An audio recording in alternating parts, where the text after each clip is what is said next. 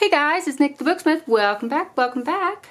Today I thought I would do a little project with you, something that I have been working on to go with a concept journal that I'm working on. And I thought maybe this might be fun for you guys too. You may or may not be familiar with what a daguerreotype is. And they were one of the first widely available yet probably still pretty expensive types of photographs that were being taken in the early to mid 1800s. After a while, people needed a way to carry them and keep them safe. They wanted something that they could carry, you know, like a grandma's brag book or this is my fiance, etc. And so daguerreotype cases were born. On the inside of them, there would be a velvet panel on this side. Sometimes they would even be embossed with different patterns or impressions. And then on this side, there was a photograph. Sometimes there were photographs on both sides. But anyway, today I will be showing you how I made this little daguerreotype and case, all made out of things you probably have around the house, stuff you could scrounge out of your stash. So if that interests you and you'd like to learn how to make a replica daguerreotype and case, you've come to the right place. One of the first things I'm going to do is I'll go ahead and emboss a piece of velvet. Like I said, that part is totally optional, but I mean, it makes it look pretty authentic. It helps sell the idea. So I just chose a fairly simple rubber stamp with not a very intricate pattern, ivy leaf paisley of some kind. And what I'm going to do is just spritz the top of that and then pat the drips off because I don't want the drips. And then I'm going to lay the velvet over the top and then it gets spritzed again. And then I take a fairly hot iron and that gets pressed onto the top. I'm not going to move around the iron because I don't want to shift the velvet on top of the stamp and get the image smudged. And you should be able to start to see that image through the velvet. You might even be able to use some kind of velour. You know, they make a lot of pajama pants and stuff out of it. I haven't tried that because I'm wearing my pajama pants. Let's be honest. So I didn't take those off and try that, but I might do that later. And they say to have the iron set for whatever composition your velvet is made out of, which I did. Mine didn't happen to be quite hot enough. I had to make it a little bit hotter, but you know, I figure you guys will figure it out. And there is the impression on the other side of the velvet. Not too shabby. Okay, so that's done. The first thing I'm gonna do, hopefully not have my surface wet, I'm going to grab some cardstock, and this is pretty hefty cardstock. It is stencil card, so it's not like a manila folder. It's sturdier than that. But you could use lightweight chipboard, whatever you have lying around. And I'm gonna take a pretty good size piece here. It is about 7 by 4. And I have 8 pieces of this square, they call it square dowel rod, which to me is kind of a oxymoron because dowel rod to me is round, but dowel doesn't mean round. It just means, you know, whatever it means. I don't even know what it means. But anyway, so there are 8 pieces and 4 of them are 78 millimeters, which is just a little over 4 inches. And then there's 4 that are 63 millimeters, which is about 2.5 inches. I'm gonna grab my bottle with the needle tip on it. The bottle and the needle tip had a different kind of glue in it. It was art glitter glue or barely art, one of those. But then I just continued to fill it up with just white PVA glue after that had run out, just because I liked the little needle nose tip on it. So that's what that is. Everything that can be gotten on Amazon, I have added to the Amazon favorites list, and the link is always below the video. Even if you want to see what it looks like, you may have it locally. So if you just want to see what it looks like so you know what to look for when you go to the store, you can always look down there at the Amazon favorites list. All right, so this trim is, I think it's technically like 5 millimeters is what it is. It's a 5 millimeter square. And I don't know if I got this at Joann's or Michael's, or I might have gotten it even at like Home Depot, because they have different sizes of dowel rod and trim, and they do have square and round and, you know, all those. I did find some on Amazon, so I did list them down there so at least you could see what they look like if you want to go try and find them locally. Anyway, back to what I was doing. So I'm going to be taking 2 of each and making boxes, and I'm going to go ahead and just build it on the card just because it's just a little easier. And then I can trim the card around it when I'm done.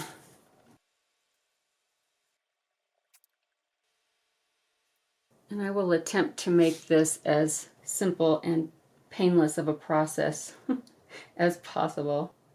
Famous last words. I do have this little square. I don't know why. I always forget to use it.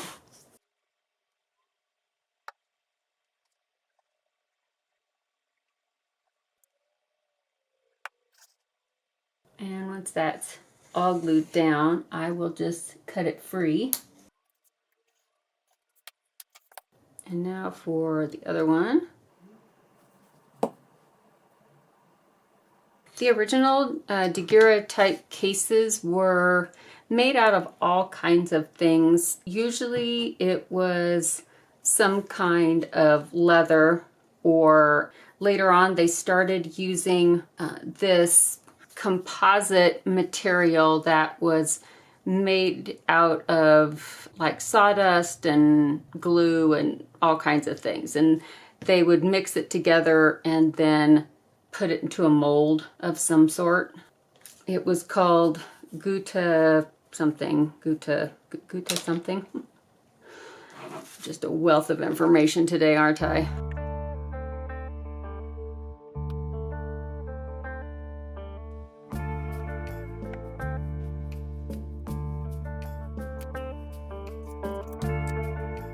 Once you cut them away from the card, you can put them face to face, open side to open side, and check how they fit as far as square, and make sure that the card doesn't stick out beyond the wood perimeter.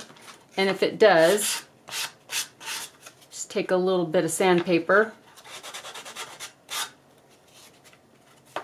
and just even that up. I'll just put an arrow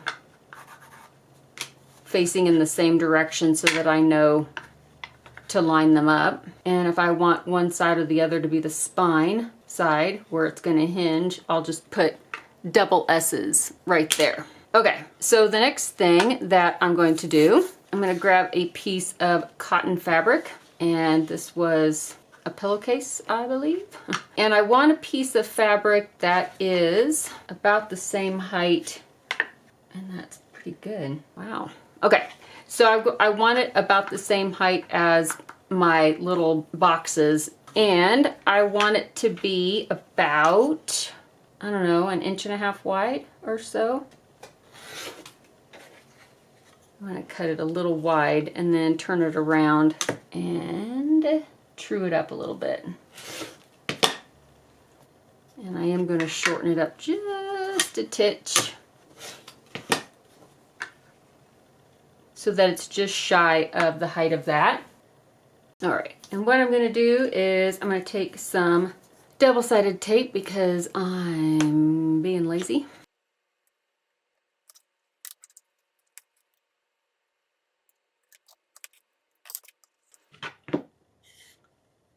I'm going to find the somewhat center point on this just so that I have my bearings. I'm going to peel that off. And I will line up the center line as closely as I can. Wherever the two meet, that's going to be the center line. The backing off for this one. And what I'm going to do is, I'm just going to take a scrap piece of paper just so that, where's my sticky? Oh, there it is. So that they're not smack dab up against each other. I want a little bit of a gap in there. Make sure you line them up pretty well.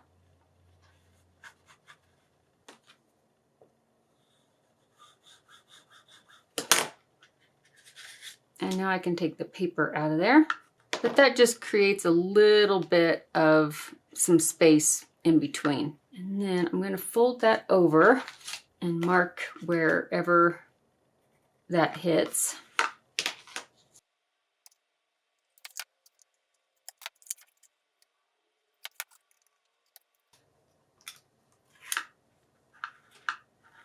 And once that tape's on there, then I can wrap that fabric around to this side of the covers.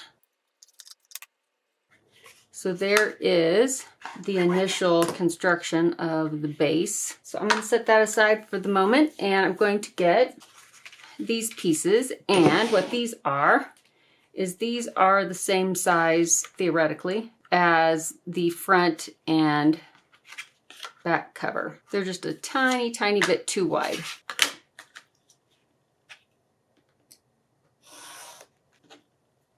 So is this the back or the front? Oh, this can be the back. So that will match up with that one. All right. So I'll just mark an F there. And now I'll know where to put those. Okay, so if this is going to be the front, then I have this piece, this trim piece, and it is just shy of the size of the front. And I kind of wanted it just to have like a little bit of a frame like this one does. And you can put an embellishment on the front. They were decorated sometimes. Sometimes they were embossed leather. But you can always just use a jewelry finding, you know, to glue on top, and then you can paint over it or, you know, whatever. Just to kind of mimic that same look. So that's what I'm going to do. I'm just going to go ahead and glue this little frame on. And since this is paper, it's cardstock, but you know, it's paper, then white glue is sufficient. Of course, daguerreotypes, there were all different kinds of sizes of them. This is the size I wanted, so this is what you're getting. Beggars can't be choosers. So there is that. And now if I'm going to glue on like this metal piece, I just use super glue. So, but you can do all sorts of things for the cover. You can leave it plain. Really, you can do anything. So I will let you make that distinction yourself. I'm going to mark the center-ish. I'll be painting over this, so it won't matter if I make pencil marks.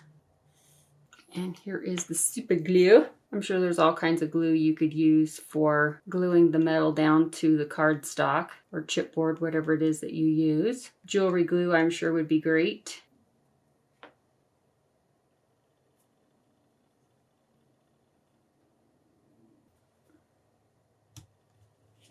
There, put something heavy on it for a second.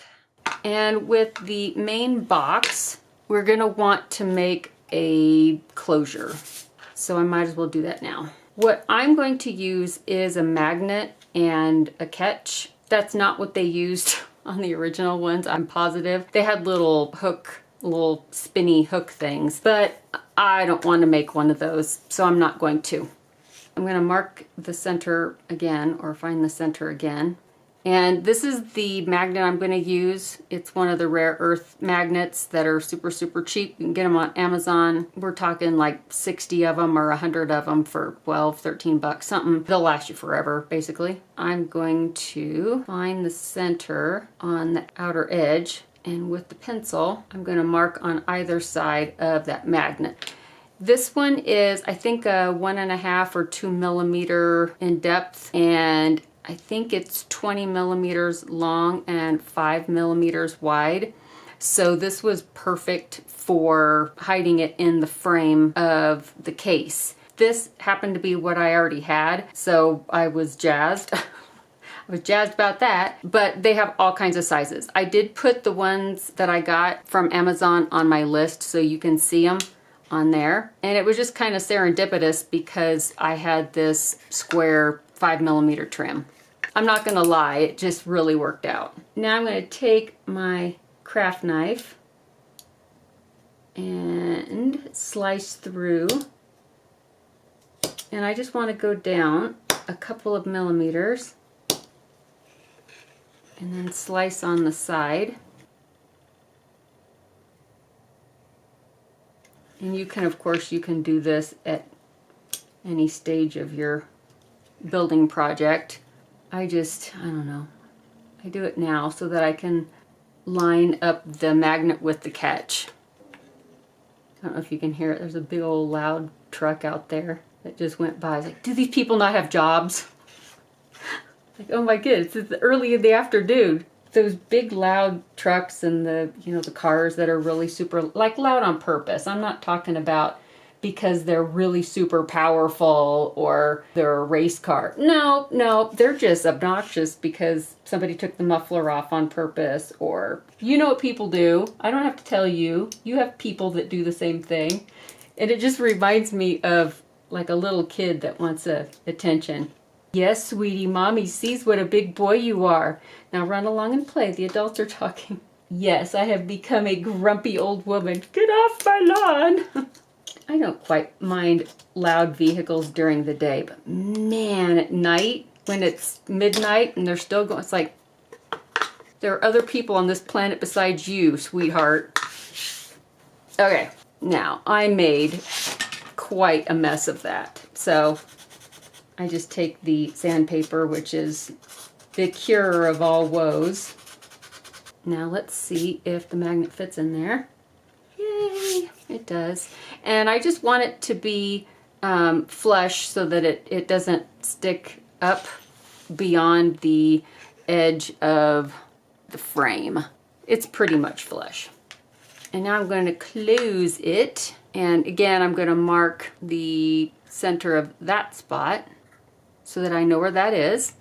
And I'm going to take a brad, and this is a black metal, just a paper brad, you know, with the little double legs and everything. And I cut off the length of the legs a little bit, probably almost in half, but not quite. I'm going to take a scrap of the same 5 millimeter square trim here that I used. I'm going to put the legs of the brad over one side, and then I'm going to take a pair of pliers and just bend that over. And then that way it has that shape to it, to where it'll hopefully fit over the top of this. Make sure that it's right in the center where I want it to be. And again, with my pencil, I'm going to mark where that is. The legs of this are not very thick at all, so I just want to take out just a tiny little bit of material to make room for where that's going to fold over. I just figure a brad is something that most people will have or can get fairly easily. Just make sure that it sticks to the magnet, because some things are not the kind of metal that sticks. And then that should fit right over and hide down inside of there, just like that. And then when it closes, the metal on the brad will stick to the magnet, theoretically. So at this point, what I'm going to do is I'm going to attach these front and back covers such as they are, but you can use glue. And when you cut cardstock or chipboard or whatever, sometimes there will be little raised edges, and you could go ahead and sand those off if you want. Just kind of smooth it up. There we go. And what's nice about this is that Now this card will hide the edge of that fabric that is gluing our covers together. We'll still see it on the spine, but it's going to be painted, so. And you can definitely use glue if you want. You don't have to use tape. I've used the Beacon 3-in-1. I've used, super glue would probably work as well. Just white PVA will also work. Just be aware that the thinner card that you use, the moisture in the adhesive, if it's got water in it like PVA does, could potentially buckle, warp the card a little bit. Of course, we're going to be painting it, so we'll be putting moisture on the opposite side, which should even it out somewhat. But I think I'm going to use this tape, so it'll be fine.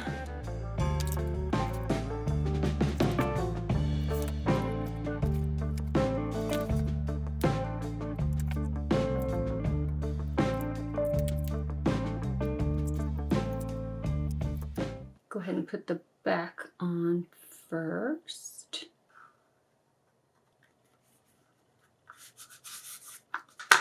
And now the front. Now at this point, I usually take the sandpaper and give everything a once over if it needs it.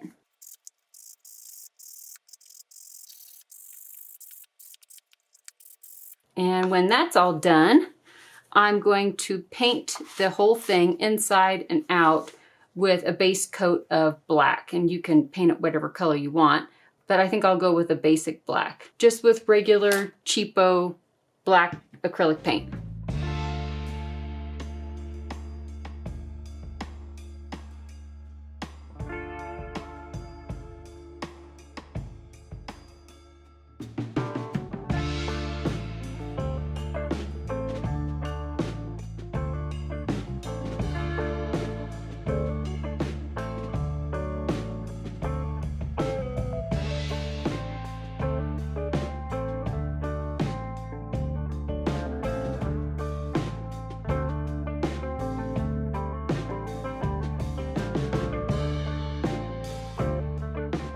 The next thing I'm going to tackle is the glass.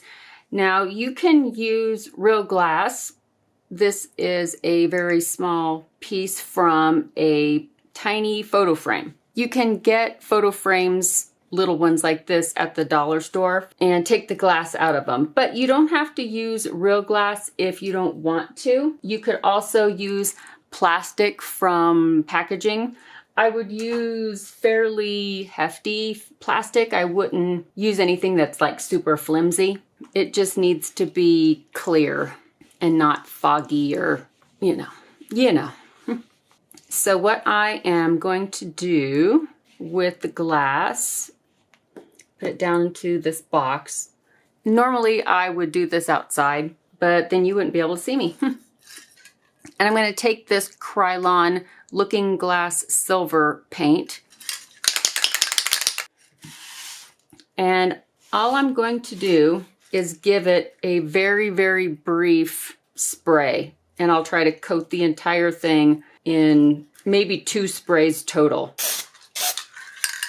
It dries very quickly. And while they do have this on Amazon, I don't think they can ship it around to very many places. So you'll probably have to get it locally. So I don't know if the camera is picking it up very well, but it has just a slight sheen to it, but you can still see through it really, really well. And this is the plastic that I did, so it's not bad. It's just not super smooth and clear because plastic will have some imperfections in it most of the time, but it still will work. All right, so I'm gonna set this aside. If you happen to get what you think is too much paint on it, you can take a rag and buff it off and start again, or just buff some of it off. It doesn't take much effort to do that at all. All right, so here is the box that has been all painted And the next thing that is going to be done is I'm going to add the closure. And I'm going to use super glue for that. And down here in this little rectangle recess area is where I'll put this little magnet, and I will attempt to not get it all over my hands, because that would be great. And it shouldn't take too horribly long for that to stick down. I mean, it is super glue. And then this one will get fit into the little recess on the other side.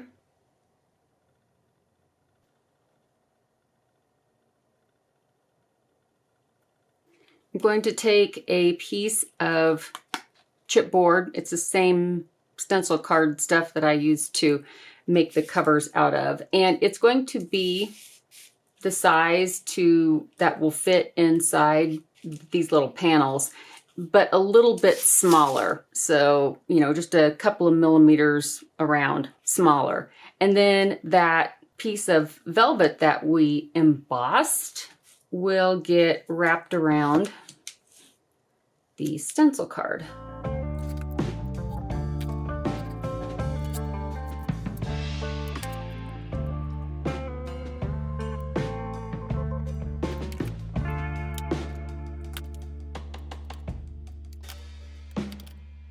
And you don't have to use velvet, you can use anything you'd like.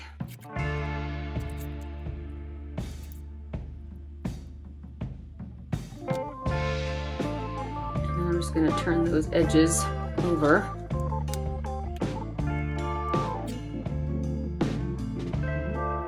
And it will fit over here on this side shortly.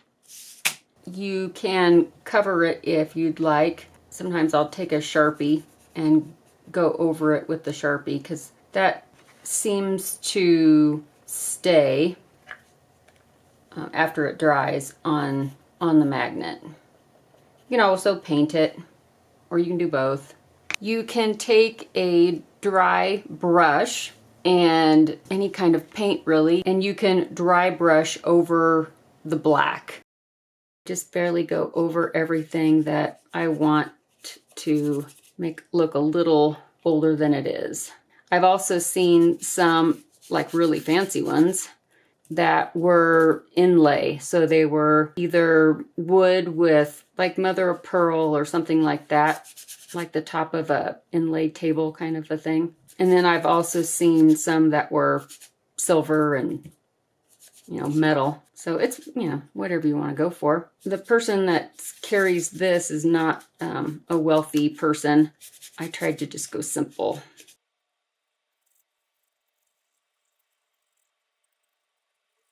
I'm going to go ahead and put in this label, just the manufacturer's label from one of the daguerreotype case companies that I photoshopped. And of course, optional. It's not necessary whatsoever, but I thought it helped sell the authenticity if anybody ever takes out the photograph. I'll put it in here a little askew. Well, that's a little more askew than I meant to, but that's okay. I'm just going to brush a little black paint over the top of the Sharpie. On the front, I will take some metallic paint and brush over just the embellishment on the front.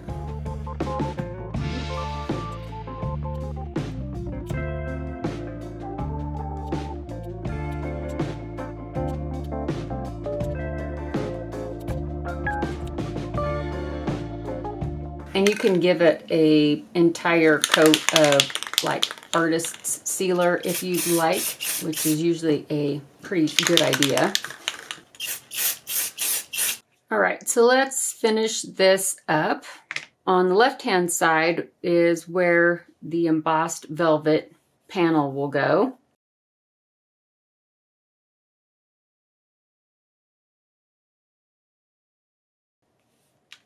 And then on this side, a photograph will go and some kind of decorative oval frame. I printed this one out And when I get around to it, I'll make up a digi kit or something with some ornate frames that can be used. But the template can also be used just to cut out a regular cardstock frame, and then it can be painted with metallic or, you know, whatever. And then our glass, which, where did I put it? Oh, so here's the glass. The pieces can be permanently stuck down if you so choose. I'm going to use this scrap of chipboard to fill in, because the back isn't flush with the fabric. And then I'll put the tape on this.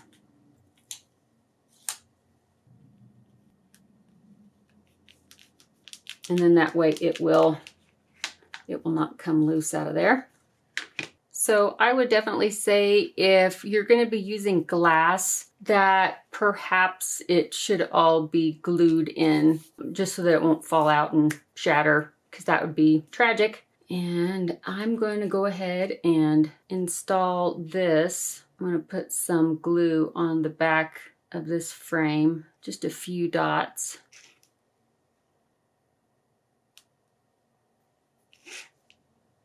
Set that in there so it can hold that down. With the original cases, what you'll see, I'll put the photograph back up on the screen, is that the right side had like a little bumper of felt or velvet or some kind of fabric, and that would help kind of lock in everything on this side. Because I have an embarrassingly large collection of felt, I am going to cut a little strip off.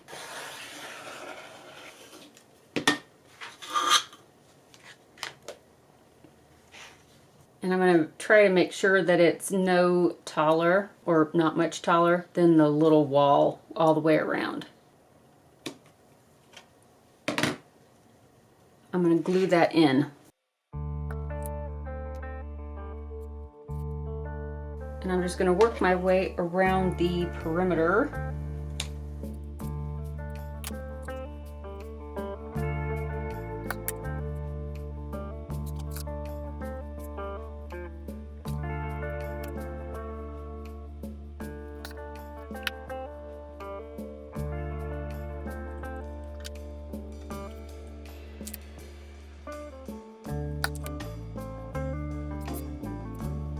Now that the bumper has been put on the inside of this panel, I can finish putting it together. So I'm going to put the photograph in there. This frame template that will be on that download at Flickr with the link below, I made it a little larger than it needs to be in case somebody didn't want to put a bumper on the inside. They just wanted to put the frame over the top, but it can be cut down. And this is one that I created in Photoshop that I did trim so that it will fit inside that bumper.